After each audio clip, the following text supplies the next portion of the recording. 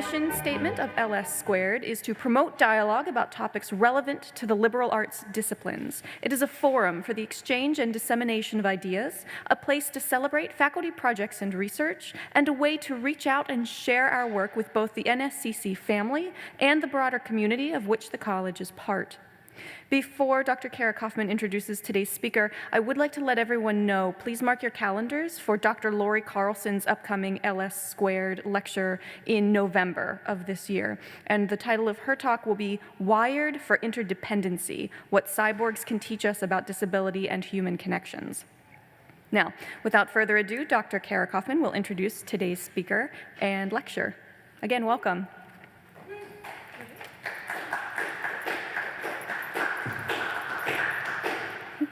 Good morning. I am pleased to announce this semester's presenter, Aaron Keebaugh. He teaches world history, US history, and music appreciation here at the college, and he is also a classic music critic for the Boston Classical Review. Aaron's presentation is titled Sounds of Power and Protest, Music and Nationalism in the US in the 20th Century, and there will be time for questions at the end. So please welcome Aaron Keebaugh. Good morning. Can everybody hear me okay? Okay, good. Oh, well, welcome. Everybody sitting in the back, it's like church. Everybody gravitates to the back. Okay, so, make America great again. That's undoubtedly a phrase that has burned into our psyches no matter what side of the political spectrum you're on. The rise of Donald Trump is endemic to a larger force that's going on in the Western world right now. You saw this with Brexit. You're seeing it now in France. You're seeing it in the Nordic countries. This is, of course, nationalism, a very strange phenomenon in human history. And I'll get to some definitions here. But in this age of nationalism, which seems to be breaking out, we might ask ourselves what it means to be an American. And we'll get several different answers. I'm sure if we asked that question of everybody here, we'd get as many answers as there are people here.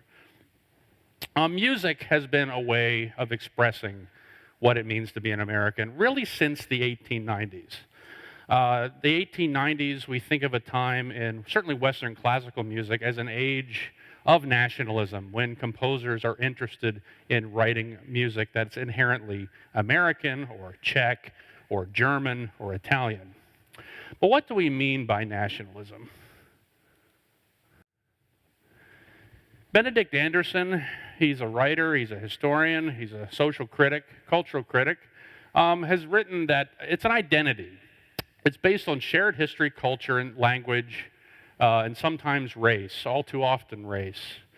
As one comedian put it recently, nationalism teaches you to take credit for things you yourself had no part of and to hate people you've never met. Nationalism is limited. It has very specific borders. This is the opposite of globalism. What we mean is just simply like we as a group are a nation, but you are not. You're not part of us. So it involves othering. To the nationalist, it's a very ancient idea. Like we have a culture that goes back eons to Mesopotamia or to Greece. The Medicis rose to power by claiming it's nationalism, claiming to be descendants of Arcadian Greeks. But actually, nationalism is a relatively recent phenomenon because the idea of the nation state is only a few centuries old. It only begins in the 1600s with France, or only Louis XIV, we talk about a nation state. So the idea of a collective identity as a nation. So these are some just definitions. In music, in American music, nationalism kicks off with, believe it or not, an immigrant. This is Antonin Dvorak, maybe a name you're familiar with. If you're interested in classical music, certainly a name to wrestle with. Dvorak is invited to the United States in 1893. Jeanette Thurber, who is head of the National Conservatory of Music in New York City, invites him to the United States to not only head the conservatory, but hopefully come up with a type of American music. American composers at this time are really trained in Europe. They go to Europe to study, and they're writing in a very German tradition. They're modeling Beethoven. But there's this interest in making an American music. So they ask a Czech, of all people. He is Bohemian, and he has no idea what he's doing. He spends his time in places like Spillville, Iowa, in a Czech community there. He's very homesick. And he goes to Buffalo Bill's Wild West shows. This is sort of nationalism and sort of microcosm. And in these shows, they would reenact cowboys and Indians, the Battle of Little Bighorn, things like this with a twisted ending. They would pelt the Indians, the Native Americans, with vegetables and fruits. And Dvorak gets the idea, I got it. Native American music is the source for American music. He's also fascinated with the singing of a man named Henry T. Burleigh, and Burleigh sang a lot of African American spirituals. So Dvorak thinks this is Americanness. The African American spirituals and Native Americans, they were here the whole time, for a long time. So he sets out to write a symphony. This is his most famous symphony. It's the Symphony No. 9. It's called From the New World. Symphony minor. It's 4 movements. Most symphonies have 4 movements. And he doesn't actually quote themes. He doesn't go out and collect Native American music. It's an armchair ethnography. He writes music in the style of Native American sounds and African American spirituals. And this today is not PC at all. If you're growing up in the 80s, as I did, and you're taking piano lessons, you might play tunes like The Little Indian. And it's a typical gung, gung, gung, gung, gung, gung, gung, gung, gee. It's racist, right? That's not really Indian music. This is the kind of thing that Dvorak's doing. Let me play a little bit of this.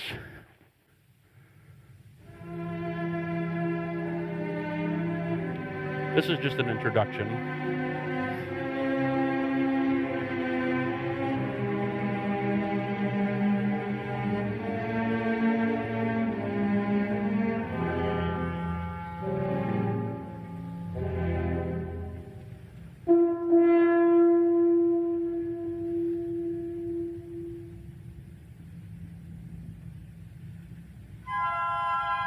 It's a very slow introduction as well.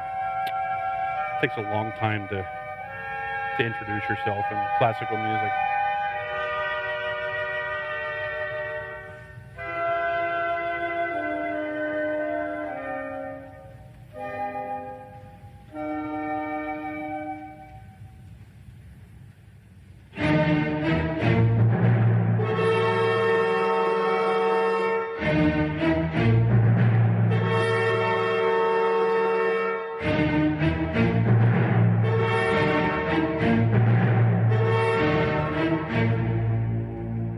Still the introduction.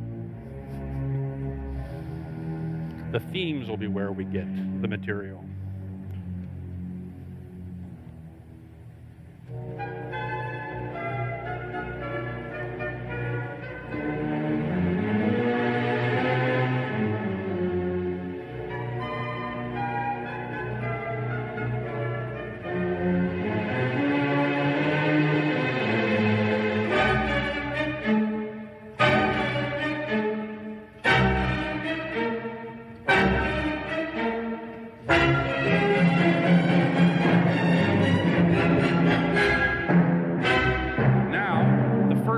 It's a Native American theme, or in the style of Native American.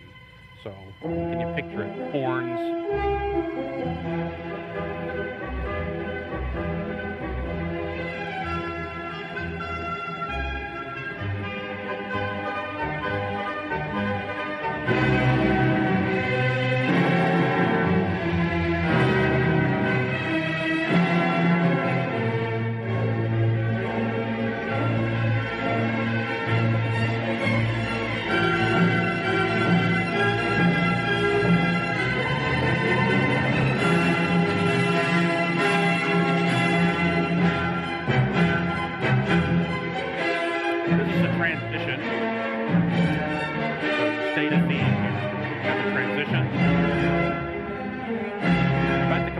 Theme number 2,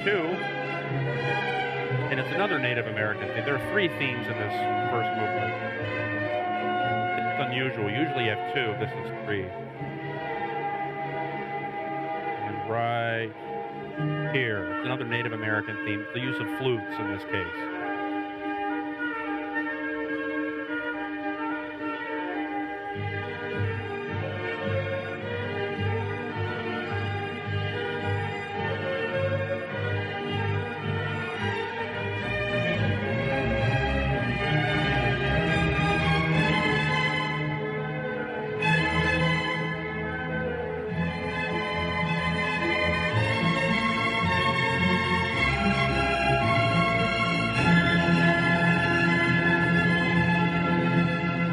Transition.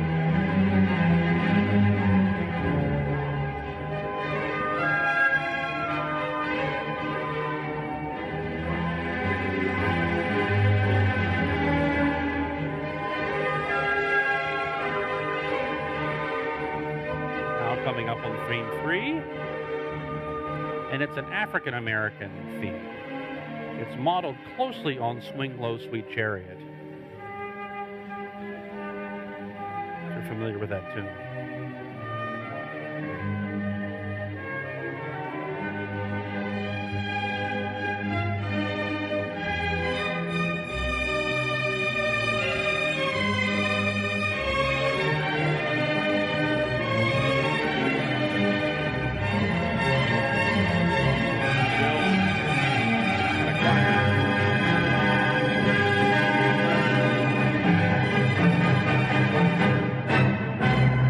And then you repeat all that exposition. And that's a very long movement. Now, he doesn't stop here. The other 3 movements are based upon music that he intended to set as an opera. He was an opera composer. He's fairly well known for this in Europe. And he wanted to write an opera based on Longfellow's Song of Hiawatha, but he doesn't finish it.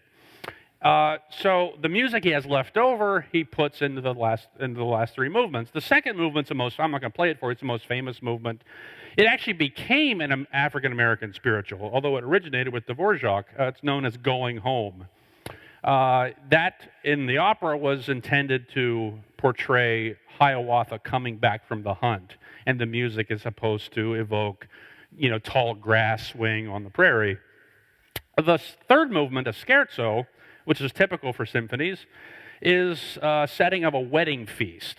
And the last movement, this is relatively recent research has suggested that this movement is a depiction of Hiawatha chasing his enemy, Palpacuous. If you're familiar with the poem, Palpacuous performs a dance at the wedding, and Hiawatha gets angry and chases him down, and Palpacuous falls from a cliff to his death. So this last movement displays all of this. So what we have here is a very American, to Dvorak, a very American symphony, and it kicks off a movement. It kicks off, it's not PC, but it's called the Indianist movement in classical music.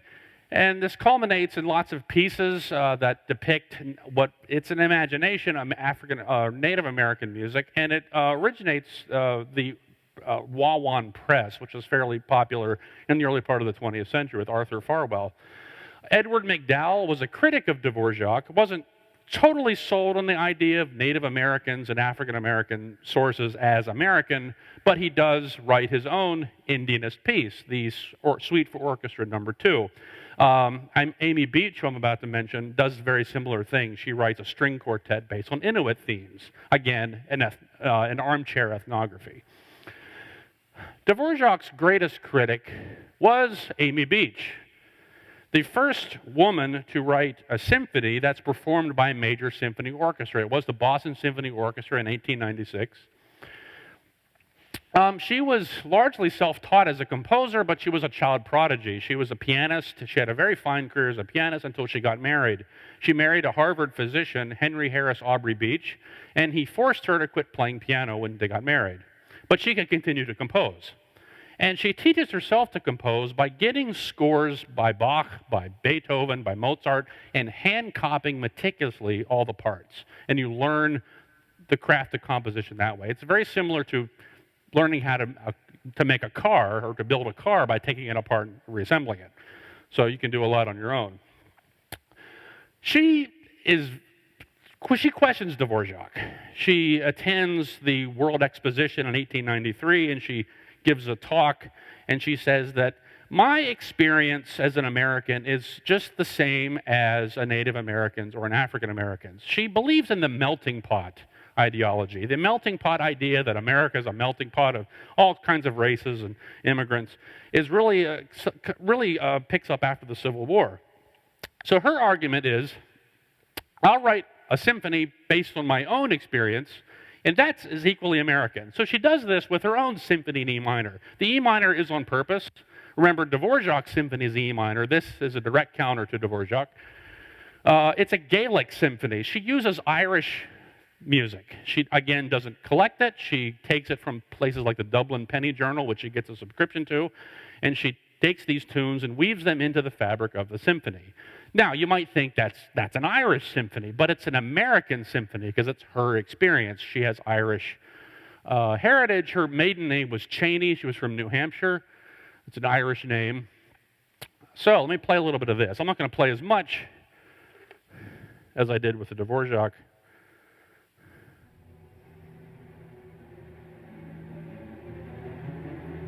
So it has a stormy introduction.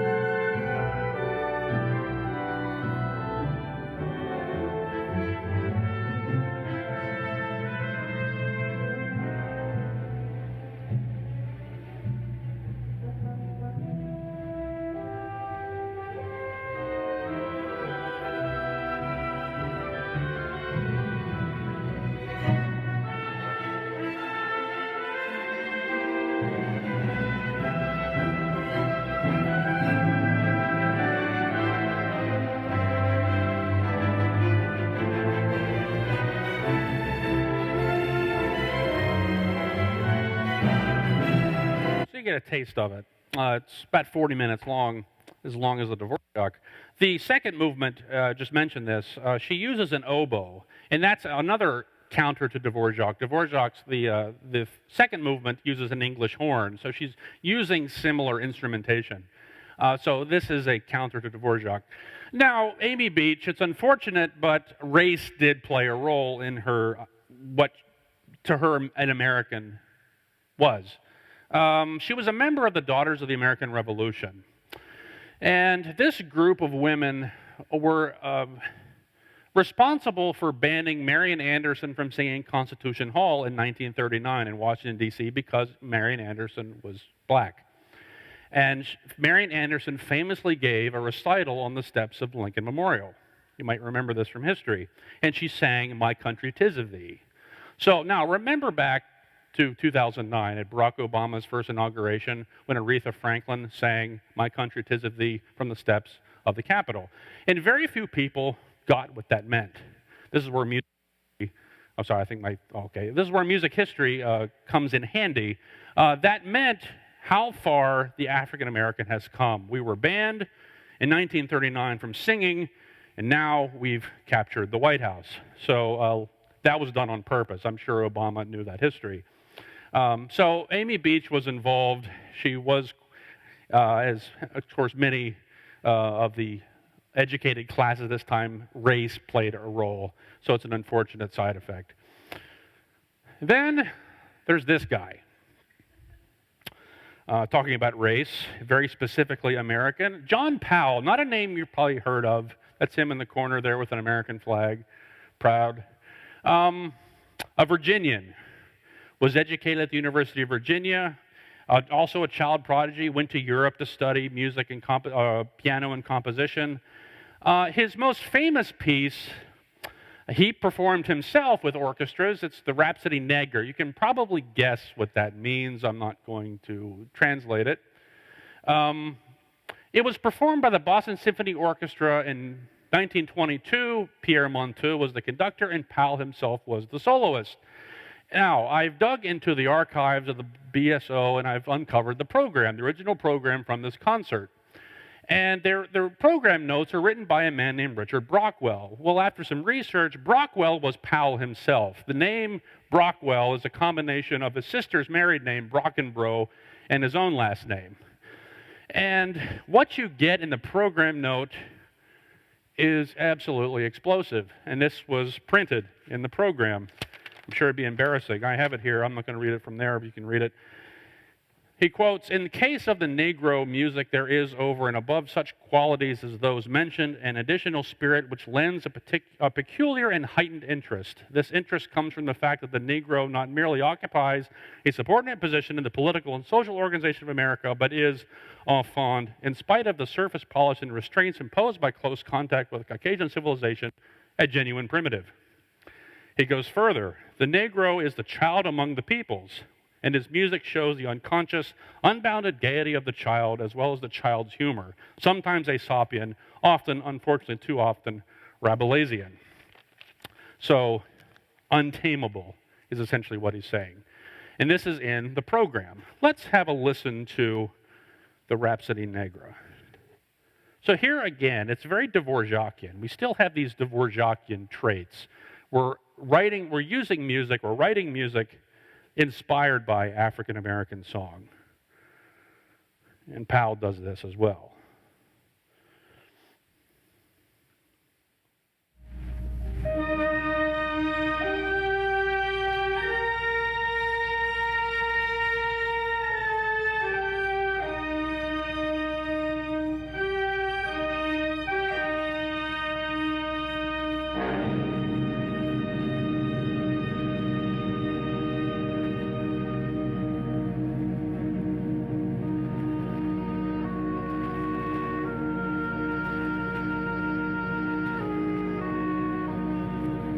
So those minor thirds, these intervals, suggest African American spirituals.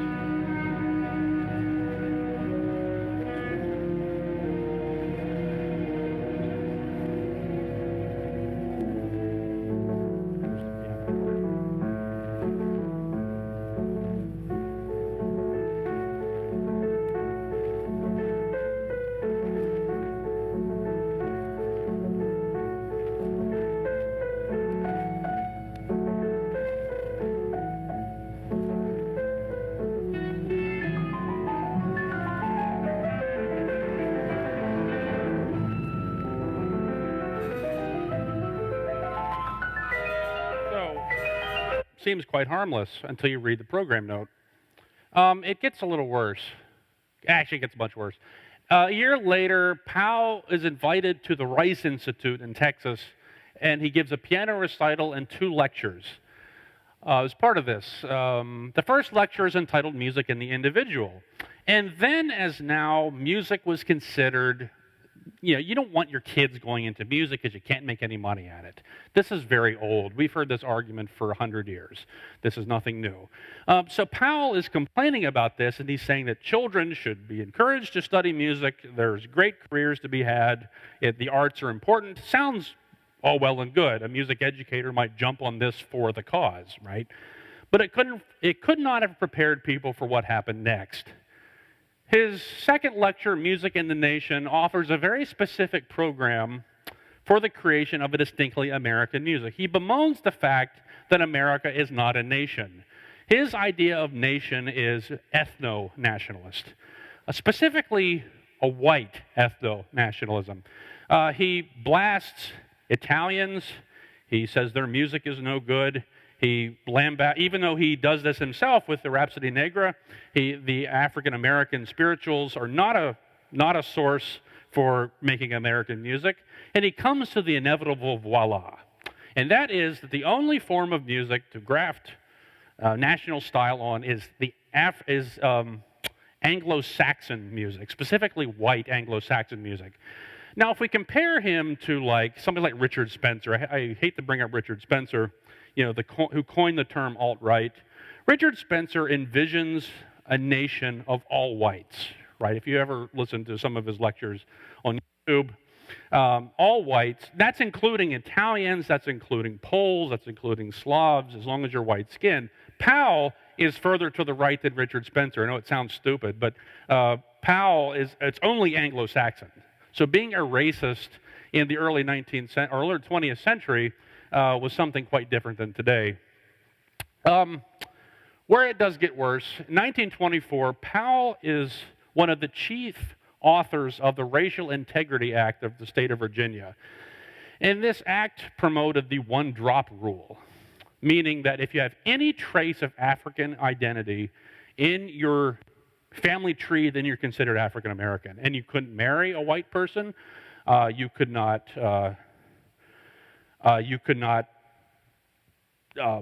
and sometimes be educated the same level as a white person. You were sometimes even sterilized. The Racial Integrity Act did promote sterilization. It was a eugenics law promoting sterilization. The Nazis actually got their eugenics program from the United States. So this was Powell's legacy. Now, what happened to Powell? He lived until 1963. At the date of his death, the governor of Virginia declared it a John Powell Day. So he was celebrated in his time. Musicians didn't seem to care one way or the other about his racial interests. The program note I mentioned, the Boston Symphony Orchestra, proudly lists he's a member of the Society for Racial Preservation, and it's right there in black and white. So they don't seem to care. Recently, it's kind of going the other way. Research has come out about John Powell and his interests. And after his death, Radford University in Virginia named their music building Powell Hall. Well, it's since been changed. It's now Porterfield Hall because all this has come out about John Powell. So that's kind of his legacy. The music is hardly ever played, by the way. It was in its day, but now it's sort of lost to history. There was an African-American response to Powell, and Powell was curiously silent about William Grant Still. William Grant Still was, of course, in his heyday when Powell was in his own prime. William Grant Still, the first African-American to have a symphony performed by a major symphony orchestra. This is the Afro-American Symphony. I've mentioned this in my previous lecture when I talked about the Harlem Renaissance. Still was a member of the Harlem Renaissance, sort of a soft member of the Harlem Renaissance. What he does, so here we have an authentic. We might call it authentic. Authentic's such a loaded term. We might call it an authentic experience because he's African American. He's drawing upon the blues. So here's a symphony based on blues forms. 4 movements, just like the Dvorak, just like the speech.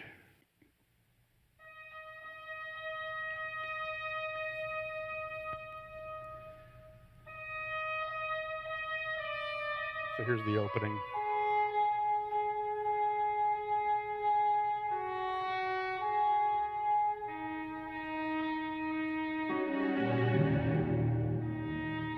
And it is a 12-bar blues form. If you're familiar with the blues, there's a span of 12 measures that completes the phrase.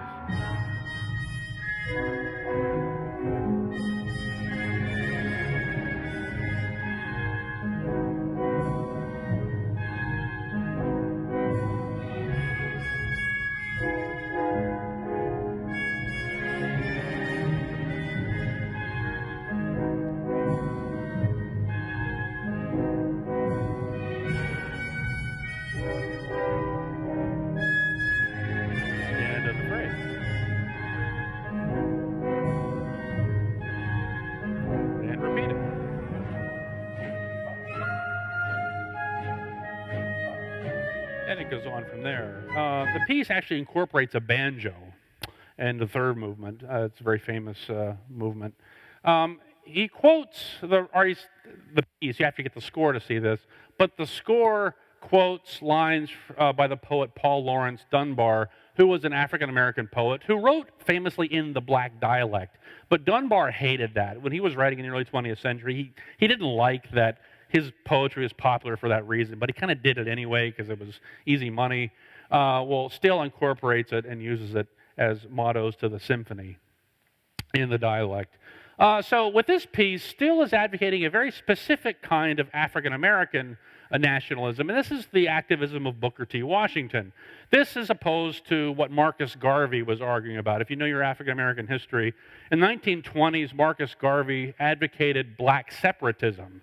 So this is sort of nationalism at its finest. It's us. You know, we need to go somewhere else and create our own nation, specifically Africa, right?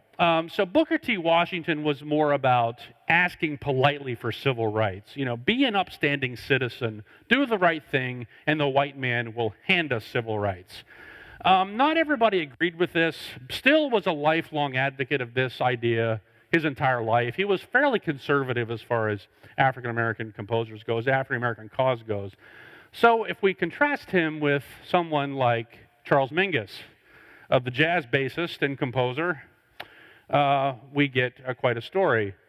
Charles Mingus is writing in a time when African Americans have sort of taken jazz and made it their own. Now, it's always been an African American invention. There were whites in the early 19-teens, like Nick LaRocca, who advocated, no, it's a white invention, you have race involved. But it's always been an African American invention.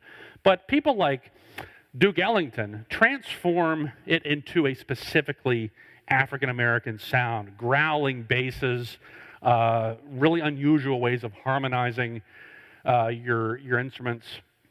And so Mingus falls into this as well. His most satirical song, his most overtly political song, might be familiar to you, Fables of Faubus of 1959. This is in direct counter to an event that happened 2 years prior in the state of Arkansas. The governor, Orville E. Faubus, in direct counter to Brown versus Board of Education, brings in the National Guard to prohibit 13 black teenagers from attending a white school.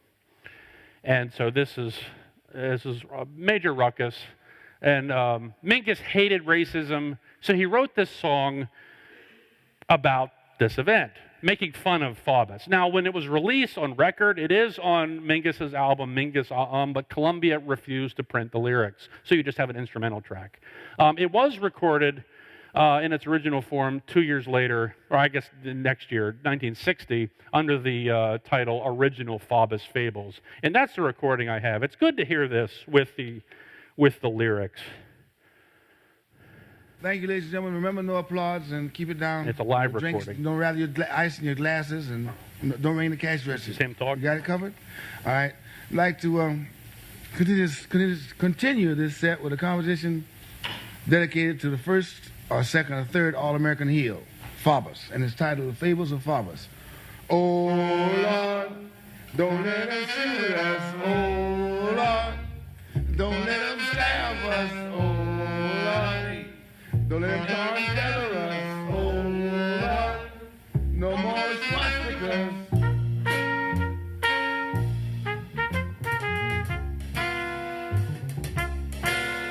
Yo.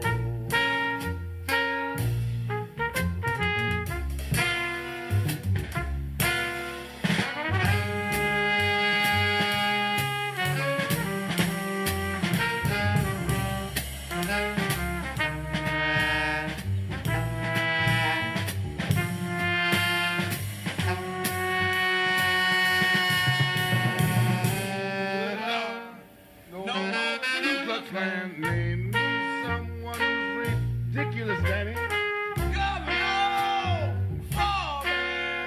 Why is he so sick and ridiculous? He won't quit. I said in school. Then he's a fool.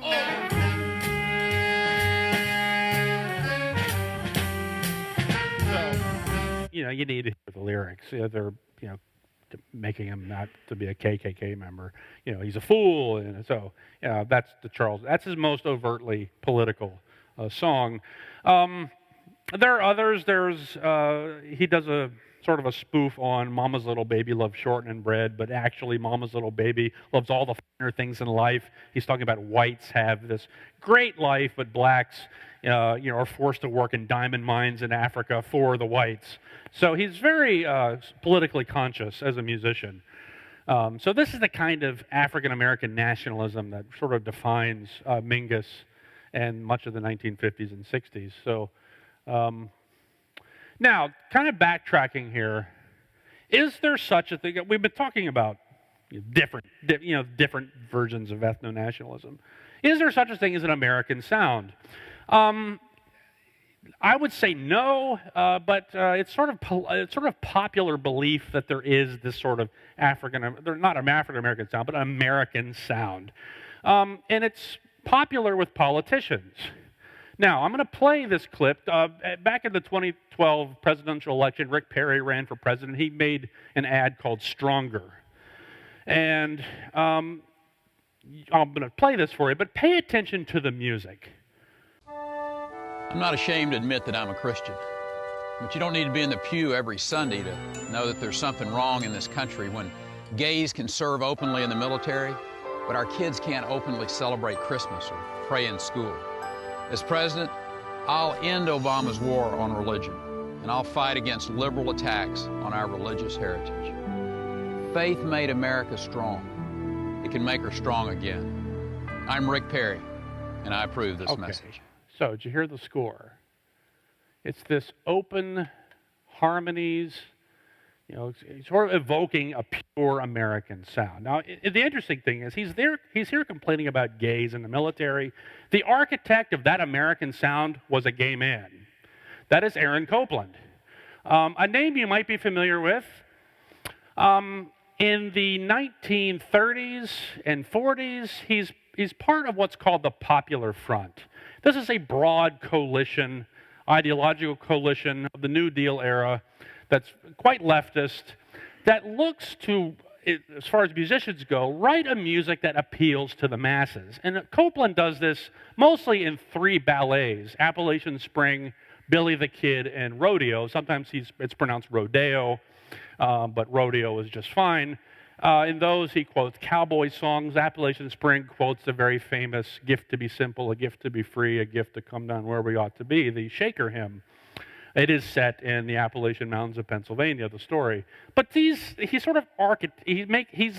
crafts this American sound, these open intervals, and it's hard to explain it without use of a piano here. But this is sort of what we define as the American sound. In 1942, he's commissioned by the Cincinnati Symphony to write a Lincoln portrait. It's for narrator and orchestra, and it sets several speeches of Abraham Lincoln. And it's an interesting sort of selection because Lincoln is sort of adopted by the left in the 1940s because he's a true American. He did all the right things. Now, this is what happens in history. People get elevated outside of their context. So unless you're in the South, the politics of Abraham Lincoln's time are mostly forgotten today. Now he was this great president, maybe the greatest president. So Lincoln Portrait is part of this New Deal, this Popular Front, and it is this American sound. I have a recording. My favorite recording of this is James Earl Jones doing the narration. I'll play a little bit of the opening. So here's that same kind of sound you experience with the Rick Perry ad. This is Copeland's Americana.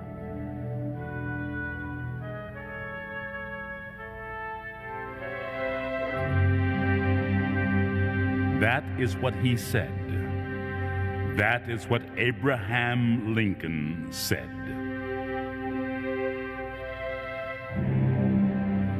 Fellow citizens, we cannot escape history. We of this Congress and this administration will be remembered in spite of ourselves.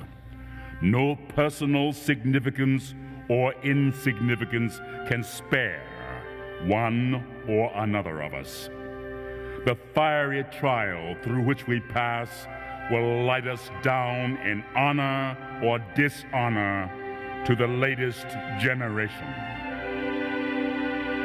We, even we here, hold the power and bear the responsibility.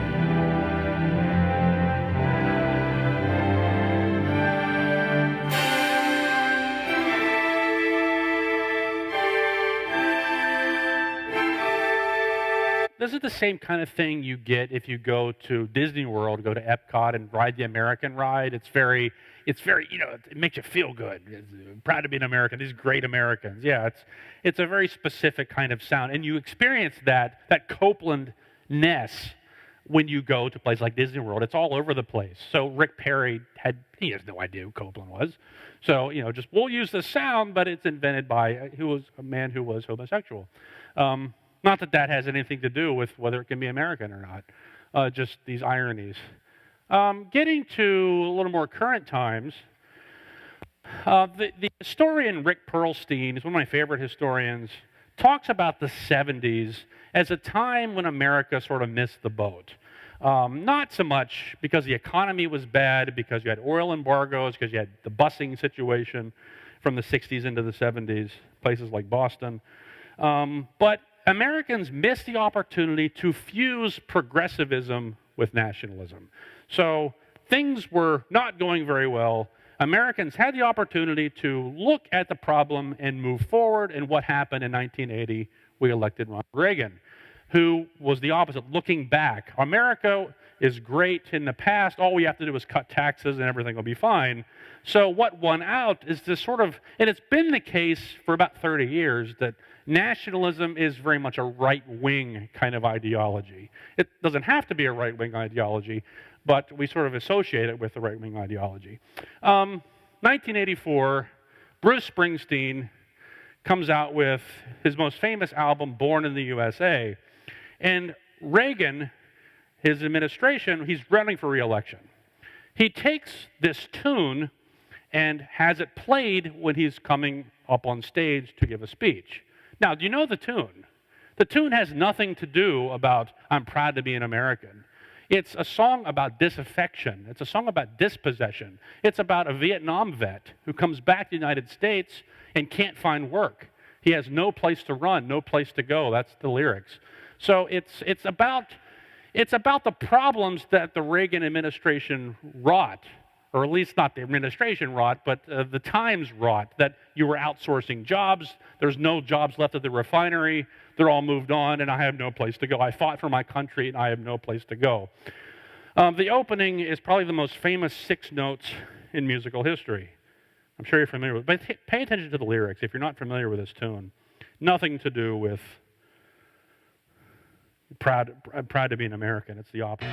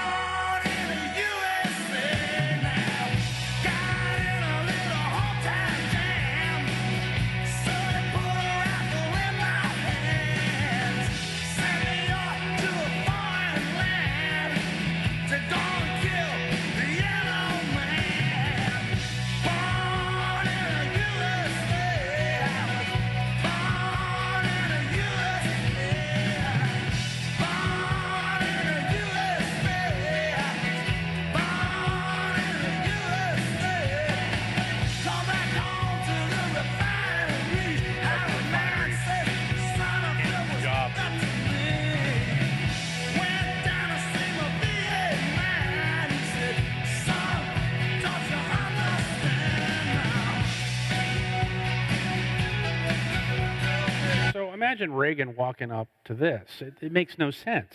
Again, a little music history goes a long way. Now, this is where the interesting twist has happened, but the kind of American that Bruce Springsteen is referencing is the kind of American that helped elect Donald Trump.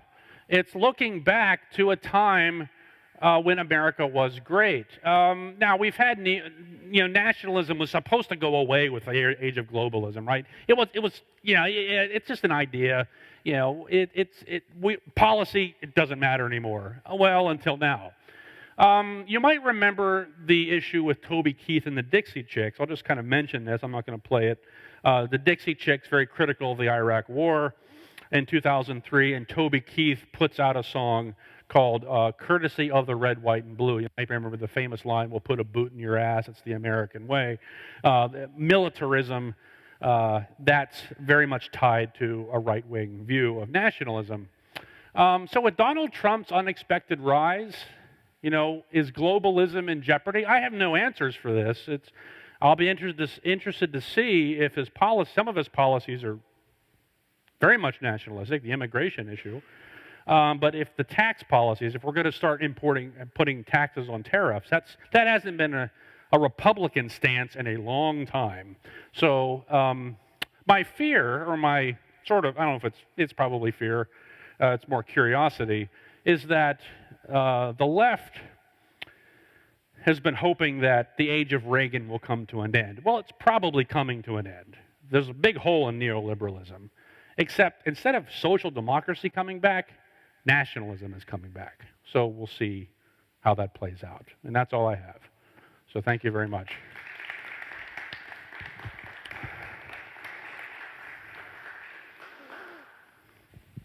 Feel free to ask any questions. Thank you, Aaron. That was great. I've got a question about rock and roll. Yeah.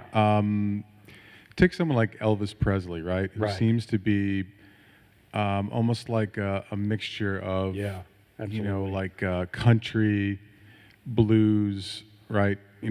Sort of disparate pieces of, American history.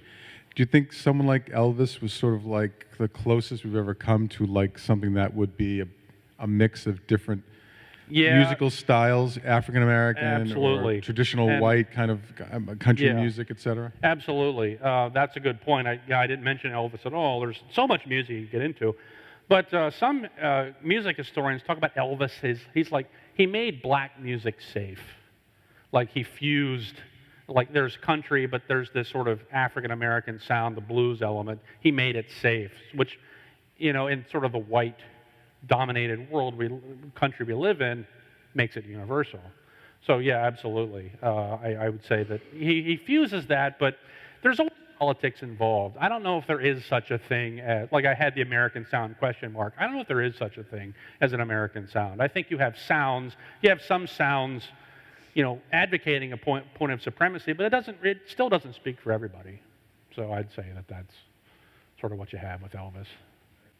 I didn't get into rap, but if you're interested, there's a whole there's a lot of scholarship on black nationalism in rap. One of my favorite rap songs, and again, it's it's the same kind of thing with Elvis. Eminem, he's not as safe as Elvis, but he's white. He's writing and performing in this traditionally African American art form. And he has a song called White America, and it's all about like how suburban whites are listening to rap and getting into this sort of gang culture, this gang look, and how that's sort of dangerous because, the traditional conservative white mom and dad are like, what the hell is happening to my kid? But Eminem, that's the same kind of thing happening in rap. So yeah, it's safe. If you whiten it up, it's safe. You referenced that a lot of the nationalist movements that's like starting today, like Richard Spencer, the alt-right, kind of like a racist kind of looking to return to like a form of American glory. Like that's what they look back at when they see like America is great. Yeah. So, but it doesn't appear that a lot of the Donald Trump supporters or nationalists kind of No, not all of them are. I'd say it was more of a minority of the alt. Oh, you think it was a minority? You're probably right. That's certainly it's more emboldened. It seems like it's a larger part than it has been. Certainly, the alt-right is a shift in traditional right-wing thinking of the past 30 years. But yeah, I think you're right. Like people who voted for Donald Trump they're not all racist. They're not all alt-right. They just don't want their health insurance premiums to go up. So, you know, they lost their job in the coal mine, and they're hoping that he'll bring back the coal mining job. So yeah, that's very practical. That's a very practical reason. Like, he was the Hopi changey candidate. Like, he was the one offering a change. Hillary was the conservative candidate. If you think about it, she's running on status quo. So it's just kind of a weird flip. So yeah, you're right to point that out. It's not the majority, but it is there. So yeah, thanks for that. What kind of music do you think Richard Spencer listens to? I have no I'm not idea. asking you against inside his head, but I don't has he know. ever talked I mean, he talks a lot. But Yeah, but I don't know. I've looked to see. I don't know if he has, like, I know I'm sort of, you know, sort of fascinated with the alt-right. A lot of them, I don't know, like, part of the alt-right is making fun of itself. So there were, like, Andrew Anglin, he's the Daily Stormer. Had, oh, here's a list of white music, and it's all like Depeche Mode, and he's just doing it to make fun of it. Like, what's the whitest music you can find? Like, he's making fun of it. So I don't know if there's actually an alt-right sound. A lot of it's like some rock, probably some rap. I think it's probably a lot more popular music. I doubt they'd go back as far as like Mozart, you know, like the Nazis did. Mozart, Bruckner, you know, Wagner. I don't see that at all, but I have no idea. yeah, it might be too hard to do that with the culture being so fractured, right? Yeah, right. Yeah. I mean, the Nazis could do that. They could point and say, Yeah. well, Beethoven's one of us, German, Wagner's one of us, or Yeah. that kind of thing. But it's not as easy to do It's that. not easy to this do. cultural landscape. Yeah, so I think you're right. So thank you. Yeah, sure. Yeah, I have no idea what he enjoys. So I guess my question is, what was, other than probably the kind of political upheaval that we have right now, what was your inspiration for pulling all of these things together to kind of form this presentation? I think I'm sort of fascinated with the conservative movement, so I read a lot about the history of conservatism. I like Rick Perlstein's one of my favorite writers. Does a lot with these books about the rise of Reagan. And I guess I saw, like, I mean, I studied American music. My specialty was actually in Irish music, but I did some American music work as well. So it was always kind of an interest. But when Donald Trump was elected, it was like, this is really fascinating, because you have this movement that's sort of new to the stage. Because nationalism was supposed to go away, right? The Marxists, oh, no, nationalism's nonsense. And then here it is. So I guess, you know, there is no end of history. That's sort of, you know, Marxists will talk about the end of history. There is no end of, I mean, primitive Marxists might talk about the end of history. But so I guess sort of the combination of the election and sort of my musical interests, just studying it over the years. So that's how. So yeah, it's very relevant, I think. I mean, 2 or 3 years ago, if I'd done this talk, no big deal. Nationalism, that's old. That's 1890s. Well, here we are. So you never know when you're going to be relevant again. So I guess that's sort of the election inspired me to sort of look into this a little deeper. You know. But you can see how fractured it is. You know, there's never, you know, Make America Great Again was for everybody, right? But you know, there seems like to me, there's no national narrative that's for everybody. There's always a cutoff. That's sort of the interesting thing about nationalism. It's sometimes pitched as a universal, but it's not universal. It's the opposite of universality. We live now in the 21st century, as we know. What do you think is the best type of music that could deliver to a piece? Like, which one, like, it could be the rock or like something, which the best music could deliver for carry message, something? Getting messages across? Yeah. Probably popular music, because that's what people are drawn to.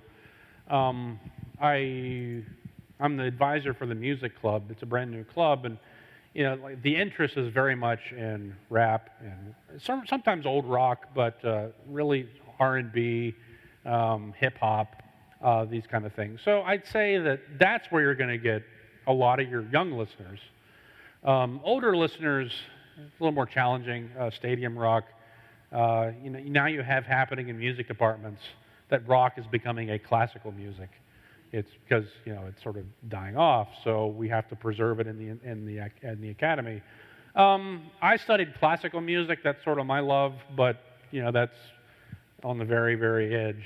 I would say that's not probably the most effective. But people are going to be drawn to what interests them, and I think the popular music sort of where it's at these days, hip hop, R&B, like dubstep. I don't know if that's still a thing. I'm kind of behind. That might be a couple years old. Might be out of touch. So yeah, I didn't get into like current pop music so much, but yeah. And I'm a critic. My job is to sort of describe what's happened already, not to make predictions. So I'm in the wrong profession. As a historian, you don't make predictions. So I'd say that's my answer. Yeah, I don't know if that answers your question, but We have a question over here. I loved your stance on the Disney music, specifically in the park. I'm a huge follower of Disney.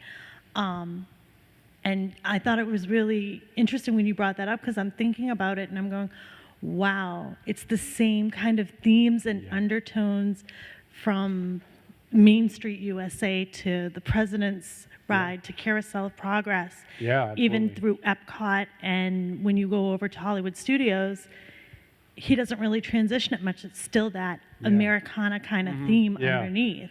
Yeah, absolutely. Yeah, and that grew out of the New Deal. That was the sort of Copeland sound. And I don't think Copeland intended that. I mean, he moved away from that himself. He turned to writing 12-tone music, and but those three ballets is what he's known for, and that sort of set the stage for. Like, I think Disney was a fan of Copeland. Disney was certainly a fan of Lincoln. So I think, Disney was a right-wing guy, but there's sort of this broad populism of the New Deal era that I think he spoke to him as well. So the sort of, if you watch any of those old cartoons, it's sort of pitched as, this is America. America is this. Or the old America, it's this. It was a wonderful time of sunshine and rainbows, but, yeah. But yeah, it's very fitting. I actually have a question for you, and this is way too broad. Feel free to narrow it down, but where do you think country music fits in? Fits in, like with nationalism, or as far as a sound, or country music has become more. I don't want to say more mainstream. Traditionally, it was literally country music. It was folk music, and then as people moved into the cities, it became sort of this nostalgic look back to life in the country. And so now you have these, and that still very much goes on. You have country artists singing about the sun coming up in Tennessee, and they might live in Nashville, but they don't live in the prairie. So a lot of country music had this nostalgic element, and it does play into nationalism. Toby Keith, sort of this militaristic view. A lot of country music fans will say, "No, this is American." Everybody will say their music is American music. Hands down. Like classical musicians will say, this is American music. Toby Keith will say country music is American music. Yeah, I'm going to bring this up. My wife's going to laugh at me. But a couple years ago at a conference, somebody did a paper on a country tune called Honky Tonk Badonkadonk. And it's sort of fusing hip-hop culture and country culture, so badonkadonk and honky tonk. Just really strange combination. So, country music has, I don't know if that's hip-hop elements, but it's certainly more mainstream now. I don't have time to get into all of this, but sort of music and capitalism is sort of a main field of study these days. It's just kind of new, trying to uncover sort of the effects neoliberalism has had on listening. Everybody listens now. The private has become public. You listen privately in public. You go on the subway and you have your headphones in. So that's a product, one writer says, of neoliberalism. It's you have access to everything, and you become more private. You become more individual. So that's sort of a product. So, but country music. I'm not going to say there isn't American music. There isn't one. American music is a lot of things. So I don't know if that answers your question, but yeah, but there's a nostalgic element with the country music, sort of in its history. All set? All right, thank you very much. Thank you.